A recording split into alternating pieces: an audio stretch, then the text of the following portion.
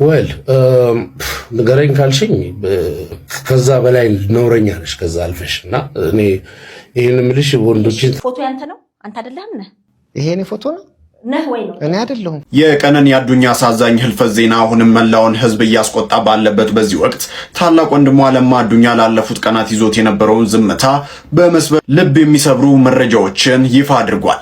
ለማ አዱኛ እንግዲህ ያልከውን ሰምተናል።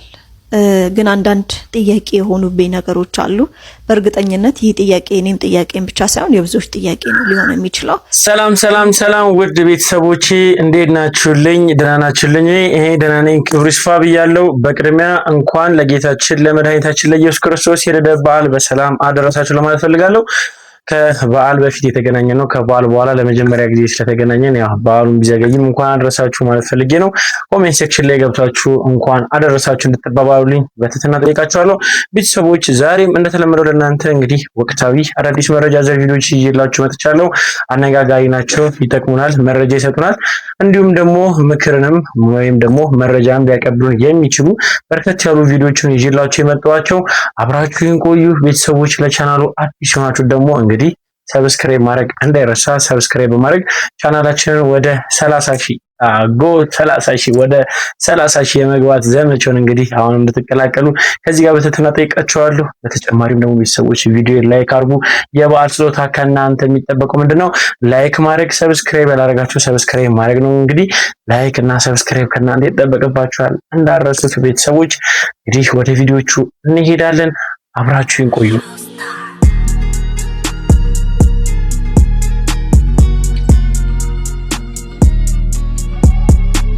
ተዘጋጁ፣ የሰሞኑ ቅዝቃዜ ይቀጥላልም ተብላችኋል። በአሁኑ ወቅት በመላው ኢትዮጵያ እየተሰማ ያለው ቅዝቃዜ እጅግ ከፍተኛ ከመሆኑ የተነሳ በማህበራዊ ሚዲያ ሆነ በአደባባይ ዋነኛ መነጋገሪያ አጀንዳም ሆኗል። ብርዱ መቼ ነው የሚለቀን የሚለው ጥያቄ ብዙዎች ዘንድ እየተደጋገመ ሲሆን፣ ብዙዎች ደግሞ ደራርበው ቢለብሱም ቅዝቃዜው ግን እስከ አጥንት ዘልቆ እንደሚሰማቸው በምሬት እየገለጹ ይገኛሉ። ይህ አይነቱ ለየት ያለና ከፍተኛ ቅዝቃዜ በተለይም ደግሞ በማለዳና በምሽት ሰዓት እጅግ አስቸጋሪ እየሆነ መጥቷል። በተለያዩ የሀገሪቱ ክፍሎች የሚገኙ ሰዎችም እናንተ ጋር ብርዱ እንዴት ነው በማለት እየተጠያየቁ ሲሆን የአየር ሁኔታ ባለሙያዎች እንደሚሉት ግን ይህ ሁኔታ ለወቅቱ የሚጠበቅ ቢሆንም ዘንድሮ ግን መጠኑ ከፍ ማለቱንም ይናገራሉ። በተለይም ደግሞ በደጋማ ሀገሪቱ ክፍሎች ቅዝቃዜው ከበረዶ ጋር እየታየ መሆኑን ነገሩ ይበልጥ አሳሳቢ አድርጎታል እያሉም ይገኛሉ። ነገር ግን ይሄ ብርድ እስከ ታህሳስ መጨረሻ እንደሚቀጥልም ባለሙያዎችም እየተናገሩ ይገኛሉ። እስቲ ስለዚህ ብርድ እናንተ ምን ትላላችሁ? ሀሳባችሁን ማስቀመጥ ትችላላችሁ። ሙሉ ዝርዝሩን ታች ሜንሽን ባር ቪዲዮም ሰርቼላችኋለሁ። ጣንና ለሁለተኛ መረጃ ፎሎ ማድረግም አይረሳ። መልካም ምሽት፣ መልካም በዓል። እውነት ለመናገር እጅግ በጣም ከባድ የሆነ ብርድ ነው ያሳለፍነው። በተለይ እቺኛው ወር ላይ በጣም ከባድ የሆነ ብርድ ነው። እንግዲህ እንደሰማችሁት ነው መግለጫ ተሰጥቷል። ይህ ብርድ ለተወሰነ ጊዜያቶች እንደሚቆይ እንግዲህ መግለጫ ወጥቷል። ምን ታስባላችሁ? የሰሞኑ ብርድ እንዴትስ እያደረጋችሁ ነው? ሀሳባችሁን ስጡበት። በተጨማሪም ደግሞ በባልና በሚስት መካከል የነበረች አንድ አጣሪ ያለች ቪዲዮ ተለቃ ብዙዎች ሀሳባቸውን እየሰጡበት ይገኛሉ። ነገር ግን እኔ ያስተምራል ብዬ ስላሰብኩ ይህን ቪዲዮ አመጣሁላችሁ። እስቲ ተመልከቱትና ሀሳባችሁን ስጡበታለን። ይሄን ቪዲዮ ሚስቴን ከማግባቴ በፊት ይላል። ከዛ ይሄን ፎቶ አሳየን። ከዛ ደግሞ አሁን ያለንበት ሁኔታ ይላል። ይሄንን አሳየን። እሺ ምን ይባላል? እሺ አሁን እኔ በጣም የተለመደ መጥቷል። አሁን ሶሻል ሚዲያ ላይ ሚስቶቻቸውን እንደዚህ ፐብሊክሊ ሶሻል ሚዲያ ላይ አምጥተው ይለጥፉና ከዛ እንዲላገጥባቸውና እንዲዋረዱ የሚያደርጉ ማለት ነው። አሁን እኮ ሚስቴ ከዚህ በፊት ብለህ እኮ ይሄንን ያለችበትን ሁኔታ ፖስት ያደረከው ከዚህ በፊት ማለት ነው። ይሄ ማለት እናትና አባቷ ቤተች ልጅ ሆና በእንክብካቤ ተይዛ የነበረው ነው። አንተ ከዛ በኋላ ሽማግሌ ልከች ልጅ ልውሰዳት ብለህ ስታስፈቅድ እሺ ብለው ተማምነውበት ትወዳታለህ፣ ታፈቅራታለህ፣ ትንከባከባታለህ፣ ትጠብቃታለህ፣ አቅራቢ ትሆናለህ፣ ጥሩ ሊደርሺፕ አለህ፣ መሪ ነህ ብለው ነው የሰጡ። አንተ ግን ምንድነው የምታደርገው? ሶሻል ሚዲያ ላይ አውጥተህ ፎቶ አለጥፈ ምናምን ነገር ታላገጥባታለህ። እንዴት ነው የምታስቡት እንደዚህ አይነት ወንዶች? እኔ በጣም ይገርመኛል። እቺ ልጅ እኮ ላይክ ልጅህን ነው በሆዷ አቅፋ ያዘችው። ሆርሞናል ቼንጅ አለ። ላይክ ሴት ልጆች ሲያረግዙ የሚመጣባቸው ሆርሞናል ቼንጅ አለ። ኢሞሽናል ላይክ ሙድ ስዊንግ ያደርጋል። ስሜታቸው ይቀያየራል፣ ሰውነታቸው ይለጠጣል፣ ክብደት ይጨምራሉ። ገባ? አንተ እንደ ወንድ ማድረግ ያለብህ ጠብቃት ሲባል እኮ ላይክ ሞራሏንም እና ስሜቷንም ጭምር መጠበቅ አለብህ እንጂ ግዴታ ፊዚካሊ መጥቶ ሊደበድባት ወይ ደግሞ ሊሰርቃት ከሚሞክር ሰው ብቻ አይደለም መጠበቅ ያለብህ። ስሜቷና ሞራሏን መጠበቅ መቻል አለብህ። ገባ? እንጂ እንደዚህ የሚያሽካካ ሃሃሃ ምናምን የሚል ሳውንድ ኢፌክት አድርገህ ምናምን ይሄንን ፖስት ማድረግ እዚህ ጋር ቼክ አስደርገው። የምሬን ነው። እና እንደዚህ አይነት ባሎች እረፉ። ፐብሊክሊ እያመጣችሁ እየለጠፋችሁ ሚስቶቻችሁን አታዋርዷቸው ፕሊስ። እቺ ልጅህን በሆዷ አቅፋ የምትገኝን ልጅ ማለት ነው በእርግዝና ወቅት የሚመጣባትን የሰውነት መለዋወጥ ከእርግዝናው በኋላም ሆነ በፊት አመጋገቧ እንድታስተካክል፣ መልበስ ያለባትም ነገር ካለ አንተ ገዝተህ መስጠት አለብህ። ይሄንን ይሄንን ጠጪ። ከእርግዝና ወቅት በኋላም ደግሞ ስፖርት መስራት ካለባት ስፖርት እንድትሰራ፣ ራሷን እንድትንከባከብ፣ ራሷን እንዳትጥል አንተ የሞራልና የስሜቷን ድጋፍ ማድረግ አለብህ። ገባ? ይሄን ነው ማድረግ ያለብህ እንጂ እንደዚህ ሶሻል ሚዲያ ላይ አውጥተህ አታላግጥባት። እንደተመለከታችሁ ነው ባልና ሚስቶች በየሳምንቱ በየወቅቱ በየወራቱ ማለት ይቻላል በየቀኑ ማለት ይቻላል እንግዲህ አዳዲስ የሆነ ቻሌንጅ ሊሆኑ የሚችሉ የተለያዩ ቪዲዮዎችን ያጋራሉና እኔ ብዙ ጊዜ የምናደደው ምንድነው ትዳራቸውን እንግዲህ ሶሻል ሚዲያ ላይ ካሰጡ በኋላ ሰዎች ሀሳብ እየሰጡ ትዳራቸው ሲበጠበጥ እንግዲህ ያው ሰላማችንን አጣን ለማለት ቅርብ ስለሚሆኑ ቢቻል ትዳርን እንዲሁም በቃላር ለፕራይቬሲ የሆኑ ህይወቶቻችንን ለሶሻል ሚዲያ ወይም ደግሞ ለፐብሊክ ባናጋልጣቸው ይሄ የኔ ሀሳብ ነው። ወንድማችን በተናገሩ ሀሳብ ደግሞ እስማማለሁ። እናንተም እርግጠኛ ነኝ እንደምትስማሙ። ምክንያቱም አንድ ሴትን እንግዲህ ከቤተሰቦቿ ላይ ስንቀበላት በክብር እንግዲህ ቤተሰቦቿ በምቾት የያዟትን ነው እንግዲህ ልጃችሁን ለልጃችን ተብሎ ተለምኖ ነው እንግዲህ ተቀበለን ለራሳችን የምናደርገው። ስለዚህ በኃላፊነት የተቀበልናትን ሴትን ደግሞ ልንንከባከባት ይገባል። እናትና አባቷ ደከመኝ ሰለቸኝ ሳይሉ እንግዲህ አሳድጓት ለዚህ አብቅቷት እኛ ደግሞ ተቀብለን እንግዲህ ያን ነገር ማስቀጠል አለብን ብዬ ነው። ይሄ የኔ ሀሳብ ነው። ምን ይመስላችኋል? ሀሳባችሁን ስጡበት። በተጨማሪም ደግሞ ሰሞኑን የገና በዓል እንደማለፉ ሁኔታ የአእላፋት ዝማሬ ብዙዎች እንግዲህ ሲያደንቁበት፣ ብዙዎችም ደግሞ ትችታቸውን የሚሰጡም አይጠፉም። ግን ከምንም በላይ ግን የብዙዎች አድናቆት ስለሚበዛ ወደ አድናቆቱ ዘንበል እንበልና እንግዲህ ይህ ነገር ከዓመት ዓመት የሚናፈቅ እንግዲህ እኛም ባለንበት አካባቢ እንግዲህ አእላፋት ዝማሬ ሄደን በመስቀል አደባባይ እንዲህ ባለ መልኩ እንግዲህ አሳልፌ ነበረ። እጅግ በጣም ደስ የሚል ነው። በዚህ አጋጣሚ ልንገራችሁ። በተጨማሪም ደግሞ ከአእላፋት ዝማሬ ጋር ተያይዞ በቀጣይ ዓመት አዳዲስ ነገሮች መጥተዋል። ወይም ደግሞ በቀጣይ ዓመት እንዳሁኑ ዓመት እንዳልሆነ መግለጫዎች ወጥተዋል። ምንድን ተጨመረ፣ ምንድን ተቀነሰ? እስቲ ቪዲዮ ልጋብዛችሁና ሀሳባችንን እንሰጥበታለን።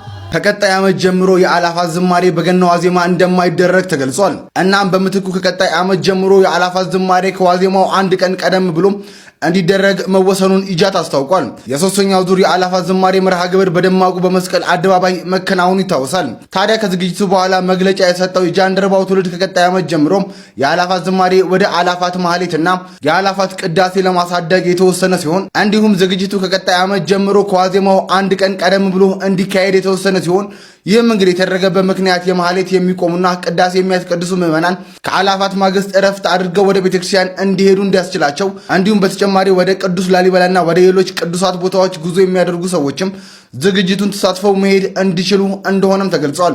እንደሰማችሁ ነው። ከቀጣይ ዓመት ጀምሮ የአእላፋት ዝማሬ ቀን ተቀይሯል። አዳዲስ ነገሮች ተጨምረዋል። እጅግ በጣም ትውልድን የሚያንስ ትውልድን መልካም ስነ ምግባር የሚያላበስ ትውልድንም ደግሞ ወደ እምነቱ እንዲቀርብ የሚያደርግ ስለሆነ ሊበረታታ ሊደገፍ የሚገባ ጉዳይ ይመስለኛል። እኔ ብቻ ሳይሆን ሁላችንም እንስማማበታለን ብዬ አስባለሁ። በተጨማሪም ደግሞ እንግዲህ ከአእላፋት ዝማሬ ጋር ተያይዞ እንግዲህ አንድ ሀሳብ በጣም ትኩረቴን ስለሳበችኝ ምናልባት የበለጠ የበዓሉን ድምቀትን ከስነ ምግባር ጋር አንድ ሌቭል ከፍ የሚያደርግ ስለሆነ እስቲ ቪዲዮን ጋብዣችሁ ሀሳባችንን ሰጥተታለን። አእላፋት ዝማሬ ላይ የሆነ ቅሬታ አለኝ። አእላፋት ዝማሬ በጣም ደስ ይላል፣ በሰላም ተጠናቋል። እንኳን አደረሳችሁ፣ መልካም በዓል። ግን ጧፍ ካበራም በኋላ ያበራነውን ጧፍ መሬት ላይ ጥለን እንደምታዩት ከጀርባዬ በጣም በቃ መስቀል አደባባይ በጧፍ ትራፊ ወይም ቆሻሻ በሉት ያው ተበላሽቷል።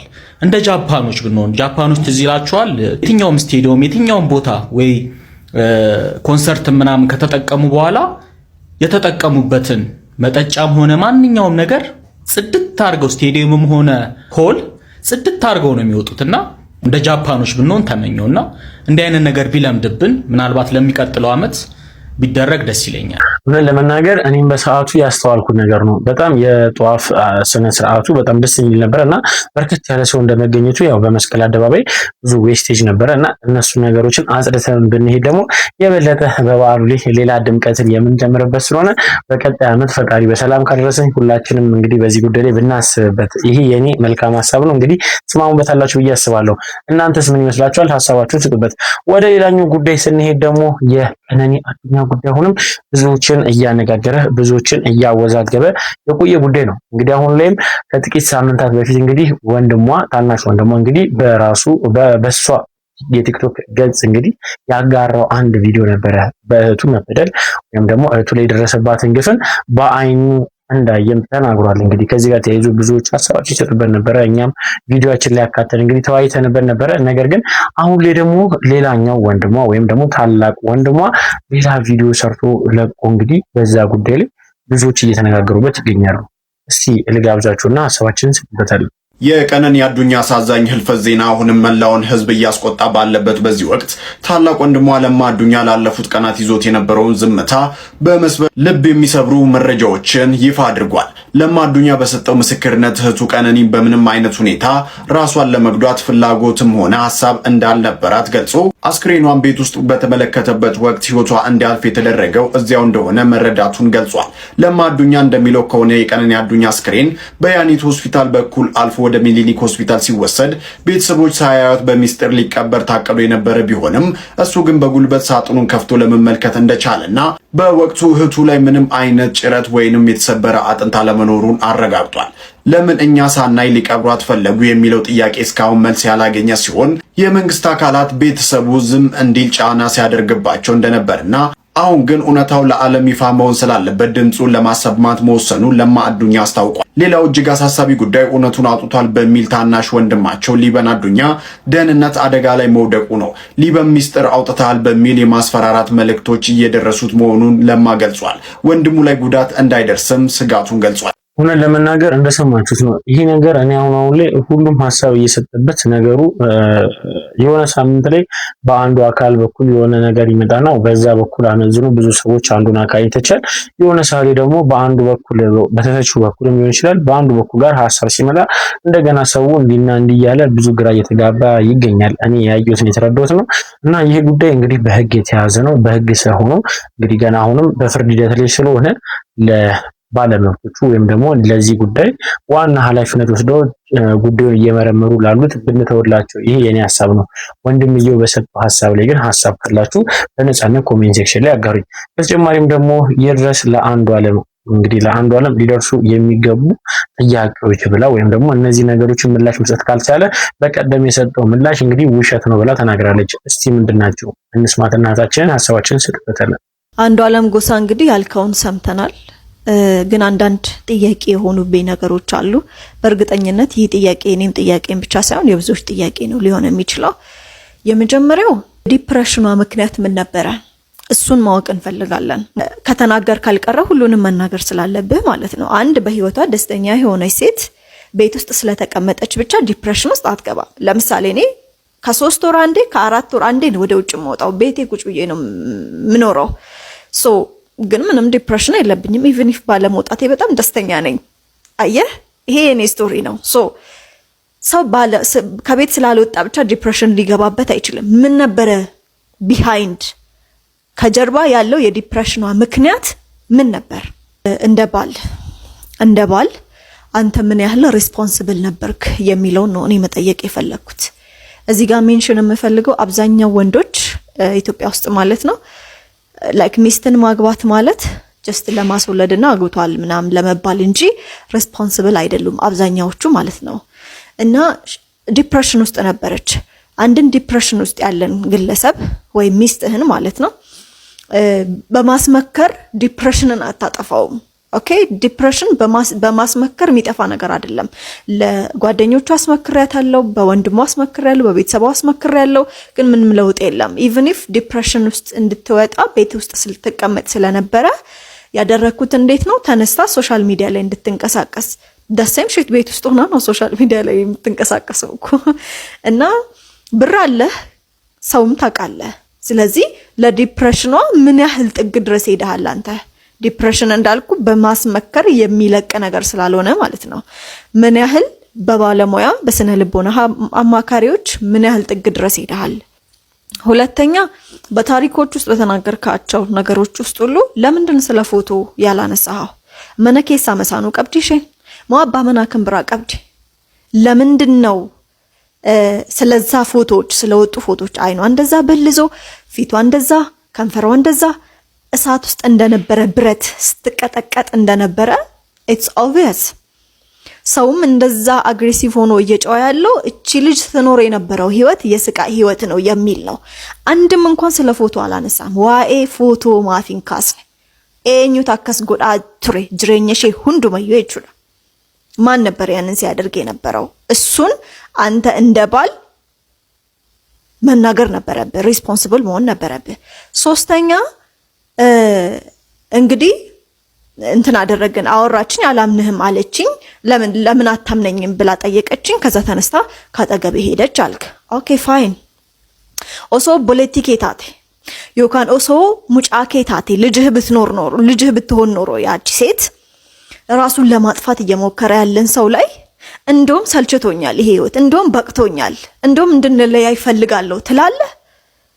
ቤንዚን ላይ እሳት እንደዛ ያለ ኃላፊነት ሪስፖንሲብል ሳትወስድ ለሊት ላይ ምን ያህል ነገሮች ከብደዋት እንግዲህ ከለሊት ተነስቶ ሰው ላርጎ እየጠጣች ነበር ነው ያለው። ላርጎ እየጠጣች ላርጎን ተቀበላት። ከዛ በኋላ ጭራሽ ሌላ ነገር እንደውም በቅቶኛል ህይወት ሰልችቶኛል። እህት ብትሆን እናት ብትሆን በሰዓቱ እንደዛ ነበር የምትመልሰው። ምን ያህል ኃላፊነት የጎደለ ባል ብትሆን ነው። እኮ ኢማቹርነት እኮ ነው፣ አለመብሰል እኮ ነው። ባይ ዘ ወይ አለመብሰል ነው። ራሱን ለማጥፋት እየሞከረ ያለን ሰው አድንሻለሁ ግን ጥፊ እንደማለት ማለት ነው። አሁንም ደጋግሜ የምጠይቀው ከምንም ነገር በላይ ስለ ፎቶዎቹ ነው። እውነት ለመናገር እነዚህ ጥያቄዎች ሊመለሱ ይገባሉ። እኔ በራሴ የተረዳው ነገር ነው። ምክንያቱም አንዳንድ ጊዜ አንዱን ጥሎ አንዱን አንጠልጥሎ ነው የሚሆነው። ለምን የሚባል ነገር እስካለ ድረስ ለነዚህ ነገሮች ደግሞ አንዷለም ጎሳ ምላሽ ሊሰጥ ይገባል። ግድ ይላል። በቃ እነዚህ ነገሮች ምንድናቸው? ከየት መጡ? እንዴትስ እነዚህ ነገሮች ሁሉ እየተፈጠሩ እንዴት ዝም ወይም ደግሞ እነዚህ ነገሮች እንዳልተፈጠሩ ማለፍ ይቻላል? ስለዚህ ምንም ነገር ይሁን ምንም ወንጀሉን ቢፈጽመው ባይፈጽመው እንግዲህ እሱ እንዳልፈጸመው እየተናገረ ያለው፣ በሌላ ወገን ያሉት ደግሞ እሱን የፈጸመው ወይ ደግሞ ባይፈጽመው ስለ ወንጀሉ ያውቃል ብለው ነው እንግዲህ ሀሳባቸውን ይሰጡ የሚገኘው። ነገር ግን እኛ ፈጸመው አልፈጸመው እንደዚህም ሆነ ሳይሆን እህታችን ላቀረበችው ጥያቄ ግን ምላሽ ሊኖራቸው ይገባል። እኔ የኔ ሀሳብ ብቻ ሲሆን ብዙዎቻችን እንስማማበታለን ብዬ አስባለሁ። ምን ይመስላችኋል? ለእነዚህ ጉዳዮች ምላሽ አያስፈልግም ወይ? ሀሳባቸውን እስቲ አጋሩ። የእናንተ ሀሳብ ያስፈልገኛልና። በተጨማሪም ደግሞ ቤተሰቦች እንግዲህ ሰሞኑን ብቻ ሲሆን ይችኛዋን ወርን እንበለው ከጋሽ ሰለሞን ወይም ደግሞ አርቲስት ጋሽ ሰለሞን ሁላችንም የምንወዳቸው የምናከብራቸው አንጋፋ አርቲስት ናቸውና ለሳቸው እንግዲህ የመኪና ሽልማት ማን አስበርክቶላቸዋል? አዶናይ። እንግዲህ ቲክቶከር አዶናይ ትልቅና መልካም ስራ ከሰራቸው ጉዳዮች መካከል አንዱ እሱ ነውና በተጨማሪም ደግሞ አሁን ላይ ሌላኛውንም አርቲስትንም እንግዲህ ይገባዋል ወይም ደግሞ አሁንም ላይ የኛ አርቲስቶች ለሀገር ብዙ ውለታ ውለዋል፣ በጥበብ ላይ ብዙ መንገድ ተጉዘዋልና እነዚህ አርቲስቶች እንግዲህ የሚገባቸውን ቦታ የሚገባቸውን ክብር አላገኙም። እንግዲህ በመኪናም ቢሆን በምን እንደገፋቸው ይገባል የሚል ሀሳብ እንግዲህ አርቲስት ሱራፌልንም ለመርዳት እንግዲህ ቻሌንጅ አስጀምሮ ብዙ እየጣረ ይገኛል ከፖፑላር ኤሌክትሮኒክስ ጋር እና አሁን ላይ ምን ላይ ደረሰ የብዙዎቻችሁ ጥያቄ ይመስለኛል። እስቲ ከዛ ጋር ተያይዞ አዲስ የወጣ መረጃ አለ ልጋብዛችሁ። እስቲ በዚህ ሰዓት እጅግ አስደሳች መረጃ ልንገራችሁ። የመጨረሻው ምዕራፍ ላይ ደርሰናል። ሁላችሁም ይህንን ቪዲዮ ላይክ፣ ሼር፣ ሪፖስት አድርጉትም። የታሪክ መጋረጃው ሊከፈት ታሪክ ልንሰራ ጥቂት ምዕራፎች ብቻ ቀርተውታል። በአዶናይ የቀረበውና እንዲሁም ደግሞ በሁሉም ኢትዮጵያውያን ደጋፊነት የደመቀው የ1 ሚሊዮን ፎሎወርስ ፈተና አሁን እንግዲህ መዳረሻው ላይ ደርሷል። በአሁን ሰዓት ማለትም ይህንን ቪዲዮ በምሰራበት ሰዓት 1 ሚሊዮን ሊገባ ታዲያ 40 ሺህ አካባቢ ፎሎወር ብቻ ነው የቀረው። ከዛሬ ምሽት እንደማያልፍም ብዙዎች እየገለጹ ይገኛሉ። ተወዳጁ አርቲስት ሱራፌል ተካ አዲሱን መኪና ከፖፑላር ኤሌክትሮኒክስ ለመረከብም ጥቂት ሺዎች ብቻ ቀርተውታል። ይህንን ተአምር የፈጠርነው ሁላችንም ኢትዮጵያውያን ተረባርበን ነውና ለሁላችንም እንግዲህ ምስጋና ይገባል። የቀረችዋን ጥቂት መንገድ ፎሎ እያደረግን እንጨርሳት። እኔንም ታዲያ ፎሎ ያላረጋችሁ ካላችሁ አሁኑኑ እንግዲህ የፕላስ ምልክቷን እየነካችሁ ፎሎ በማድረግ ቤተሰብ ሁኑ መልእክቴ ነው። እውነት ለመናገር አርቲስት ሱራፌል ለሀገራችን በስራው ሙያ ወይም ደግሞ በሙያው ዘርፍ በጥበቡ ሙያ ትልቅ አስተዋጽኦ ካረጉ ጀግና ሰዎች መካከል አንዱ ነው። ያው ማለትም ብዙ ጀግኖች አሉ፣ ከነሱ መካከል አንዱ ነው እና የሱ ቪዲዮ ከተለቀቀ በኋላ በታክሲ ተሳፍሮ በታክሲ ሲንገላታ ቪዲዮቹ ከተለቀቁ በኋላ አሁን ላይ ብዙዎች ከተቀባበሉት በኋላ አዶናይ እንግዲህ ከፖፑላር ኤሌክትሮኒክስ ጋር በመተባበር የፎሎ ቻሌንጅ ወይም ደግሞ የ1 ሚሊዮን ፎሎ ቻሌንጅ አስጀምሮ እንግዲህ ፖፑላር ኤሌክትሮኒክስም ቃል በገባው መሰረት መኪናውን ሊያበረክት ተስማምቶ ነበረ። ነገር ግን በ2 ቀን ተብሎ 2 ቀኑም አልፎታል። አሁን ዛሬ 3ኛ ቀኑ ነው። እንግዲህ ከዛ አልፎ እንግዲህ አሁን ያቺ የገባዋትን ፕሮሚስ ልትሳካ ጥቂት ሰዎች ኦልሬዲ ከ200,000 ነው አሁን 900 ምናምን ሺህ የገባው ወደ 40,000 ሰው ብቻ ነው እየቀረ ያለውና አሁን ላይም እየሄደ ይገኛል። አሁን በደረሱን መረጃዎችም ከሆኑ ወደ 36,000 37,000 የሚጠጋ ሰው ነው የቀረውና ከቻላችሁ እየገባችሁ ፎሎ ልታደርጉ ለዚህ አንጋፋ አርቲስት ይገባዋልና ከጎኑ ቆመን ልንተባበረው ይገባል። ይህ የኔ መልካም ምኞት ነው። እናንተም እስቲ በዚህ ጉዳይ ላይ ምን ትላላችሁ? አዶናይ ለቀጣይ ቻሌንጅ ባስ ብንገዛ እንደ ሀሳብ ለምን ለአንዱ መኪና ከምንገዛ አንድ ላይ ያማከለ ባስ ከፈለጉ ለገቢ ይስጡት። ባስ እንግዛላቸውና ህዝቡም አንደኛ ያተረፋል፣ ሁለተኛ እነሱም ይጠቀማሉ። ጥቅጥቅ አድርጎ 40-50 ሰው የሚይዝ ባስ እንትን ከህንድ ሀገር አስመጣለሁ እኔ አጎት ኦልሬዲ በጣም ስለተመቸች ነው። ለቀጣይ ቻሌንጅ እንግዲህ ባስ እንግዛላችሁ። በቃ አርቲስቶቹ እንዳለ ሰብሰብ አድርጎ ቤታቸው የሚያደርሳቸው ከቤታቸው መውጣት ሲፈልጉ የሚወጣቸው በትርፍ ሰዓቱ ደግሞ በገቢ የሚሰራ ብሎ ወንድማችን እንግዲህ ተናግሯል። ብዙዎች እንግዲህ በዚህ ነገር ላይ ፈን እያደረጉበት ይገኛሉ። ለዛ ነው የጋበዝኳችሁ። ነገር ግን ወደ ቁም ነገሩ ስንመለስ ከዚህ ጋር ተያይዞ አርቲስቶቹ እንዴት ብዙ ስራ ሰርተዋል። በርከት ያለ ስራ ብቻ ማለት ኦልሬዲ ሁሉም እንግዲህ በአርቱ ዘርፍ ለብዙ ዓመታት ያገለገሉ ናቸውና እንዴት በዚህ በደከመ ሁኔታ ውስጥ ሊገኙ ይችላሉ? ይሄ የብዙዎችን ጥያቄ ነው። እስቲ ቪዲዮ ልጋብዛችሁና ምላሽ እናገኝበታለን። ከዛ በኋላ ሀሳባችን እንሰጥበታለን። በዚህ ነገር የሚናደዱ አርቲስቶች እንዳሉ ብነግራችሁ ስንቶቻችሁ ታምኑኛላችሁ? ማለት ይሄን ነገር ከተወሰኑ ወራት በፊት በግልጽ እየተናገርኩኝ ነበረ። ግን አንዳንዶቹ ከማስፈራራት ውጪ ማስፈራሪያ ከመላክ ውጪ መፍትሄ ለማምጣት አልሞከሩም። ሰሞኑን እንግዲህ እያያችሁ ነው። የተለያዩ አርቲስቶች ዝቅተኛ የሆነ ኑሮ እየኖሩ ታክሲ ምናምን ሲሰለፉ ምናምን ተቀርጾ ይላካል። እነዚህ ሰዎች ለምን ታክሲ ተጠቀሙ ማለት አይደለም። ይሄን እንድትረዱ ይፈልጋለሁ። ነገር ግን እነዛ ሰዎች ምን አለ መሰላችሁ የሆነ ሀብት አላቸው።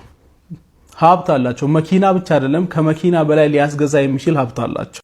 እናንተ አሁን ያያችኋቸው ተዋንያን ባይዘዌይ የተሻለ ነገር ውስጥ ነው ያሉት እንደውም ማለት ነው። አብዛኞቹ ታክሲ መሳፈር ልክ አይደለም ብለው ስላሰቡ በጣም ትልቅ እዳ ውስጥ ገብተው አብዛኞቹ ራይድ ነው የሚጠቀሙት። ራይድ ውድ ነው። በዛ ላይ ደግሞ ከሰው ለመደበቅ ሲሉ የተሻለ ሰው ማይገባበት ሬስቶራንት እንግባ በሚል በጣም ትልቅ እዳ ውስጥ በጣም ትልቅ ሱስ ውስጥ ገብተው መጨረሻ ደረጃ ሱሳቸው መጨረሻ ደረጃ ሲደርስ የሚወጡ ሰዎች አሉና ይሄ ትክክል አይደለም። ፊልማችንንም እየገደለ ያለው ነገር ይሄ ነው።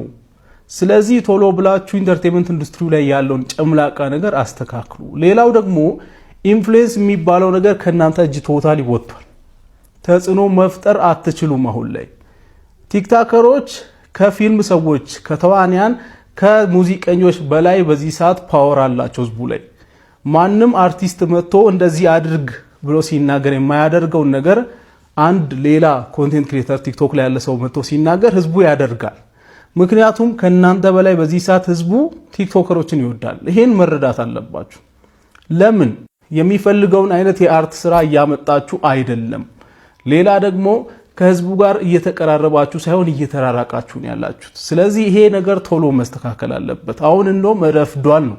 ሌላው ደግሞ አንዳንድ ጎበዝ ተዋንያን ላይፋቸውን ለማሻሻል ማስታወቂያ ምናምን የተለያዩ ነገሮችን በመሞከር ቶሎ ብለው ህይወታቸውን የቀየሩ ስማርት ሰዎች አሉ። አብዛኞቹ ግን ፊልም ነው የሚችሉት፣ ማርኬቲንግ አይችሉም። በዚህ ምክንያት ማግኘት ያለባቸው ነገር ሳያገኙ ቆይተዋል። እሺ ይሁን እና በጥበቡ ኢንዱስትሪ ከነሱ በታች የሰሩ ሰዎች ራሱ ከነሱ በላይ ኑሮ እየኖሩ ነው ያሉት። ይሄ እንዲፈጠር ያደረገው የኢትዮጵያ ኢንተርቴይንመንት ኢንዱስትሪ ውስጥ ያለው በጣም የሚያስጠላ አሰራር ነው። የወንድማችን ሀሳብ እንደሰማችሁት ነው። ለበርካታ ዓመት በአርት ውስጥ እንግዲህ የቆዩ ትልልቅ አንጋፋ አርቲስቶች በችግር ውስጥ እናገኛቸዋለን። ለዛ ምክንያት ምንድነው? ከጎናቸው ሆኖ የሚያገኙትን ገንዘብን ወደ ተሻለ ወይም ደግሞ አንድ እድገት ከፍ ሊያደርግላቸው የሚችል ማናጀር ከጎናቸው ስለሌለ ነው። ይህ ትክክለኛ ሀሳብ ይመስለኛልና እናንተስ ምን ይመስላችኋል? ሀሳባችሁን ስጡበት። በተጨማሪም ደግሞ ከሰሞኑ እንግዲህ በተለያዩ ሶሻል ሚዲያ ላይ እየተጋራ ያለው የአርቲስት ማስተዋል እንግዲህ አንድ ቪዲዮ ያለ እስቲ ልጋብዛችሁ። ይሄ እሺ ፎቶ ያንተ ነው? አንተ አይደለህም ነህ? ይሄ ፎቶ ነው? ነህ ወይ ነው? እኔ አይደለሁም ፎቶ ላይ። እርግጠኛ ነህ? ይሄ እኔ ፎቶ አይደለም እንዴ? ይሄኛውና ይሄ አንድ ነን እንዴ? እኔ እንጃ። እኔ ይሄ ፎቶ ነው፣ እንደዚህ አይነት ፎቶ አልተነሳውም። ምን እንግዲህ እንዳያችሁት ነው። አርቲስት ማስተዋል እንግዲህ ብሎግ ላይ ነች፣ ራሷን እያዘናች ትገኛለች። እና ከዛ ጋር ተያይዞ ብዙዎች እንግዲህ የሆነ ነገር እያጨሰች መስሏቸው እንግዲህ ትንሽ ኮንፊውዝድ ሆኖ ሀሳባቸውን እየሰጡበት ይገኛሉ። እናንተስ ምን ይመስላችኋል? ሀሳባቸውን ስጡበት። ተጨማሪ ቪዲዮ አለ ልጋብዛችሁ። በነገራችን ላይ ሶሻል ሚዲያ ላይ የሚታየው ሰው በሙሉ ደስተኛ አይደለም። እንዴ ከበስተጀርባው በጣም ብዙ ነገር አለ። እኔ ሁሌ ስስቅ ነው የምታዩኝ፣ ሁሌ ጊዜ ስደሰት ነው የምታዩኝ፣ ሁሌ ስጨፍር ነው፣ ሁሌ የሆነ ነገር ሳረግ ነው ምናምን አይደለም። ከጀርባ በጣም ብዙ ነገር አለ። በጣም ብዙ እንቅልፍ የሚነሱኝ ነገሮች አሉ። ቤተሰብ ኃላፊ ነኝ። የቤተሰብ ነገር ያስጨንቀኛል። በዚህ በኩል አባቴ ማን ነው የሚለው ነገር ያስጨንቀኛል። አይበለውና አንተ የወለድከው ልጅ ጋር ነው ፍቅር ብጀምርስ፣ ከወንድሜ ጋር ፍቅር ጀምሬ ብጋባስ? ወል ንገረኝ ካልሽኝ ወንድምሽን አይደለም ቀርቶ እየፈለግሽው ያለውን አባትሽን ብታገቢው ራሱ ለአንቺ ብዙ የሚከብድሽ አይመስለኝም። ኦልሬዲ ከዛ በላይ ነውረኛ ነሽ ከዛ አልፈሽ እና እኔ ይሄን ምልሽ ወንዶችን ተናገረሽ ምናምን ብዬ አይደለም የተናገርሽው። ሲጀምር ተፈጥሮ ነው። እኔ የተፈጥሮ ውክልና የሰጠኝ የደም ተፈጥሮ ለአንቺ የፐርሰናሊቲ ሌቭል ግን በጣም አፍራለሁ። በጣም በህይወቴ ሰዎች በጸያፊ ነገርና በብልግና ጥግ ብዙ መንገድ ሲሄዱ አይቻለሁ። ኦል ኦቨር ሶሻል ሚዲያ እንዳንቺ አይነት ሰው በታሪክ ዘመኔ የሰው ልጅ ከአንደበቱ ይወጣልና ይናገረዋል ብዬም አስቤ አላቅም። በታሪክ ትዘገንኛለሽ፣ የመጨረሻ ትዘገንኛለሽ። እኔ አይ ፊል ሶሪ ለቤተሰቦች በጣም አዝናለሁ። ለምትፈልጋቸው ሰዎች አዝናለሁ። ባይዘው አታገኛቸው፣ ሊያገኙሽ የሚፈልጉም አይመስለኝም። ቢሞቱ ይሻላቸዋል አንቺን ከሚያገኙሽ። እንዴት አይነት ሞራል ኖሮሽ ስጨፍር ነው የምታውቁኝ፣ ስዝናና ነው የምታውቁኝ እንደምትይ ራሱ አላውቅም። እኔ ማቅሽም ያወኩሽም ያየውሽም እጅግ የምድራችንን አጸያፊ ነገር ስትናገሪ ነው። እኔ ሴት ልጅ በዚህ ሌቭል አስቤ አላውቅም። ፎርዛት ማተር ወንድ ልጅንም የሰው ልጅ ፍጥረትንም በዚህ ሌቭል አስቤ አላውቅም። በጣም በጣም በጣም በጣም ትዘገንኛለሽ፣ የመጨረሻ ትዘገንኛለሽ። ኦልሬዲ ከሰው ሌቭል ወርደሻል። ኦልሬዲ እኔ ማንም ሆኜ አይደለም ይሄን የምልሽ፣ ሁሉም ሰው ያየሽና ፊል ያደረገው ነው ነገርሽ። በጣም ታሳፍሪያለሽ። የመጨረሻ አንቺ ነውር ልታውቂ አትችይም። ወንድሜም ባገባውስ ብለሽ ትሰጊያለሽ። እሱማ ሎተሪሽ ነው። ሰመረ ባሪያው የሰጠውን ሀሳብ እንደሰማችሁት ነው። እናንተስ ምን ይመስላችኋል? በሰመረ ሀሳብ ላይ ሀሳባችሁን ስጡበት። ቤተሰቦች እስካሁን ድረስ አብራችሁኝ ስለቆያችሁ ከልብ አመሰግናለሁ። ለዛሬ ይዤላችሁ የመጣችሁ ቪዲዮዎች ምን ይመስላሉ? በቀጣይ ቪዲዮ እስክንገናኝ ሰላም ቆዩልኝ። እወዳችኋለሁ።